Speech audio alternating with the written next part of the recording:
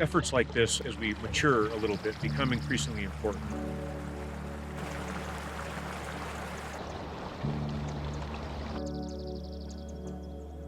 As a child growing up, hunting, shooting, doing those things, I kind of took for granted the fact that there were places like this to go to. Grew up in the West, there was always public land, there was always access. I never really knew how. As you kind of get farther into this and realize that it's people, and so I really feel like I owe back. I can't always be taking, I need to be giving back, and we're gonna keep doing this as long as we're able.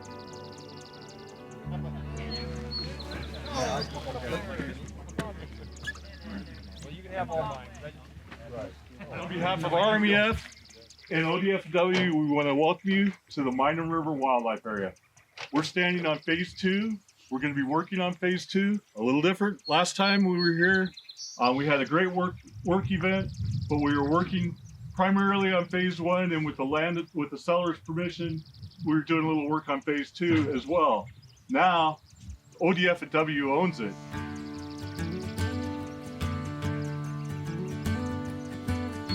In 2021, the Rocky Mountain Elk Foundation and the Oregon Department of Fish and Wildlife were able to purchase Phase 1 of the Minam property, 4,609 acres.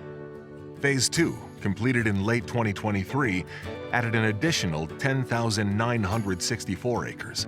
The Minam project bridges tens of thousands of acres of existing public lands. From the Minam State Recreation Area at the north end of the project to the Wallowa Mountains on the south end, connecting state lands to national forest and the Eagle Cap Wilderness. And that's not the full story. ODFW has actually been working on it since about 1960. Nearing the end of phase 3, we're going to close in August with another 1,100 acres in round numbers, and that'll come up to nearly 17,000 acres of a great wildlife area. This group of RMEF volunteers and donors is here today as the result of hard work and great perseverance. As John said, we're going to be doing the thinning, the planting, and the aspen. So kind of we're going to break into 3 groups. So if you could start thinking about where you might want to work. In typical RMEF fashion, once they become involved in a project like the Minam, they stay involved. This is tremendous winter browse, especially on the deer side. Now, bitterbrush is, it's loaded with protein, very high in nutrients for deer. You know, obviously with bitterbrush plants like this, you'll see the fruits of it years down the road. And I think that's, for me, it's like, we might not see the results of it tomorrow or next week or next season. Oh yeah, keep going down. Just prior down there. Okay. But years in the future, this will provide really great food sources to these elk and to this wildlife out here in the Minam. There we go. Look at all them side roots. Ooh, straight down. Yep, straight down. Yep, and then you really want to just take your foot when you get done and tamp it around. Yep, and it's actually great that you're leaving the indentations because it'll serve as kind of a catch basin for moisture.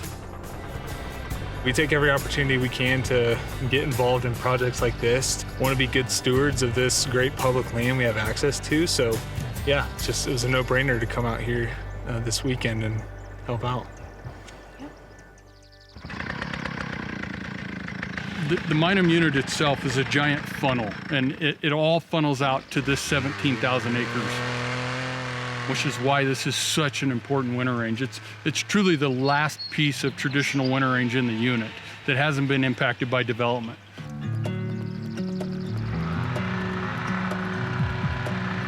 We inventoried this property with ODFW, but we found this aspen patch. We had been driving past this and we hadn't noticed it.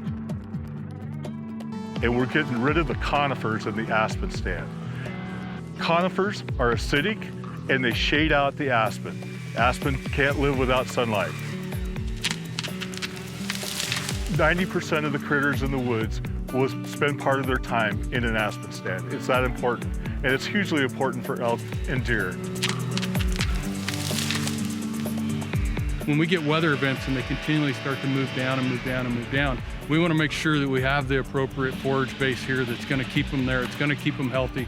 It's going to get them through those winter situations, but it's also going to prevent them from wanting to leave the property where they could potentially come in conflict with other adjacent private lands. And that's an important part of this, is we want to be able to get them here and we want to hold them here. Aspen in the Blue Mountains, less than 5% exists. So keeping this clone alive is going to be awesome.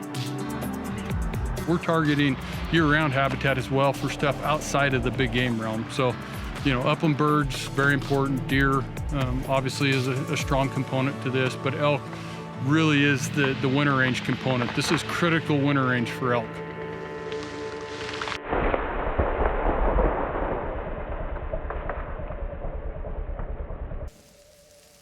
This is like a kickoff to many more volunteer efforts up here, a momentum for further habitat enhancements funded by RMEF in partnership with ODF&W.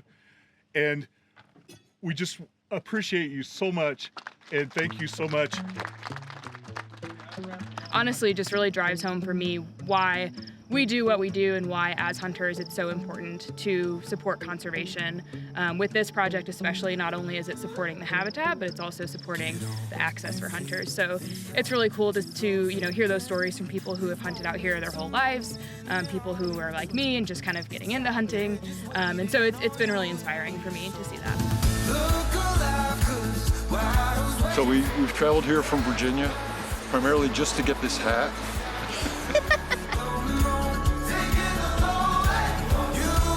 And so I really feel like I owe back. I can't always be taking. I need to be giving back. And that's just really important.